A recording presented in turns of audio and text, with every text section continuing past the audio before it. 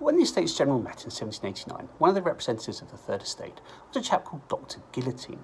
Dr. Guillotine thought he'd go down in history as the person who had the idea of meeting on the tennis court when the King Louis XVI had closed the meeting chamber to the Estates General.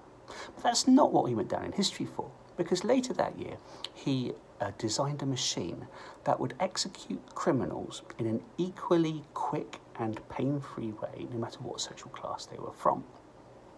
And this was a very simple device. The criminal would lie down on a piece of wood, put his head between two other pieces of wood. The blade would be hoisted up onto this contraption here, and the executioner would simply let go of the rope. The blade would fall and slice off their heads quickly and painlessly, and the head would fall neatly into the basket. This is the contraption that killed King Louis XVI in 1793, and it became a symbol of this period of the French Revolution we're talking about today, called the Terror. Now, another one of the representatives of the Third Estate was a chap called Maximilien Robespierre. He was a lawyer, and he grew in influence in the Estates General as the meetings carried on. He was also a member of a debating club called the Jacobin Club, which were representatives of the Third Estate who'd meet together in their free time and argue about political issues or argue about points of philosophy. And so Robespierre, being appointed president of this Jacobin Club, meant he became very influential. And him and his colleagues faced a lot of problems when they took control of France from the king. They faced the problem of war because Prussia and Austria had declared war on France. They faced the problem of rebellions throughout France, people still rising up, armed rebellions in support of the king. And there were still massive food shortages around the country. So to solve these problems in 1793, Robespierre and his colleagues decided to have what they call a levée en masse, which basically means to put the whole of France on a state of war, on a war footing. So any unmarried men had to join the army. Any married men had to make weapons and other supplies for the army. Women had to either make tents or become nurses. Old people were sent out to try and recruit more young men. Children had to make bandages. So the whole nation put itself on a war footing, just like Britain did later on during the First World War. If you didn't join the army, if you didn't step up to any of these positions, then you were deemed to be a traitor to France and to the revolution, and you would be executed by the guillotine. There was also the problem of food shortages and of dramatically rising prices, so Robespierre and his colleagues passed another law called the Law of the General Maximum. And this fixed the maximum prices that people could charge for goods, but it also said that farmers had to bring their food to market. They couldn't store it or hoard it until the prices changed. And if you didn't do these things, then you would be executed. You were a traitor, you'd be executed, and you'd be executed by the guillotine.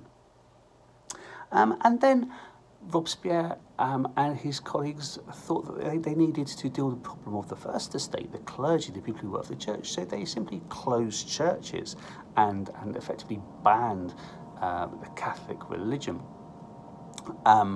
And again, if you continued to worship, then you would be seen as a traitor. They even introduced a new calendar. So rather than measuring years from the birth of Christ, they measured years from the date that France declared itself a republic, which was 1792. So 1793 was year one, and so on. They got rid of all of religious festivals, and even Sundays as a day of rest was abolished. Now this created lots of problems because people transgressed these laws. So a new law was passed to deal with these people called the Law of Suspects. And this law stated that anybody who wasn't showing enough enthusiasm for the revolutionary changes happening in France were a traitor and could be executed.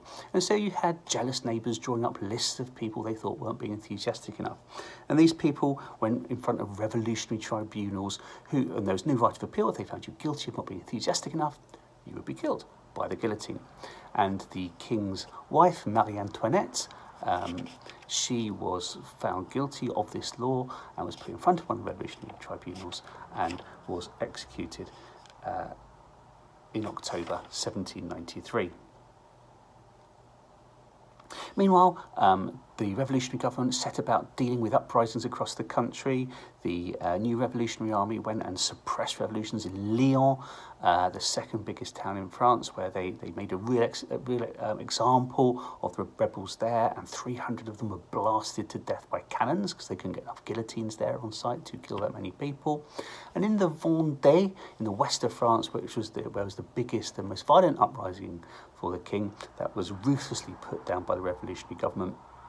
And there were mass drownings in the River Rhone there, where they put people on barges and they sunk the barges in the middle of the river. And so you can see that very quickly, in trying to secure the revolution, the revolutionary leadership effectively became a dictatorship and could enforce its will. Now, Robespierre even began to use the guillotine against his political opponents. A chap called Hébert, who was more radical than he was, he wanted to go further. He had him arrested and guillotined. And another of his old friends, a chap called Danton, who said that Robespierre had gone too far. He had him arrested and he had him guillotined. In fact, all of the people in the convention, which is what the National Assembly called itself now, who were a bit more moderate and said Robespierre was going too far, he just got rid of them. He kicked them out of the convention.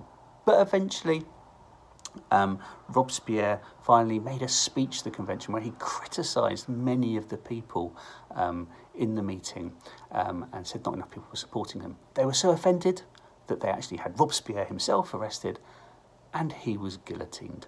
And with the death of Robespierre in 1794, the terror calmed down. And through this period of the terror, officially about 15,000 people were executed by the guillotine, but historians suspect that tens of thousands more met their fates not only by the guillotine, but also through being blasted to death by cannons, through drowning, through starvation, and the chaos that ensued.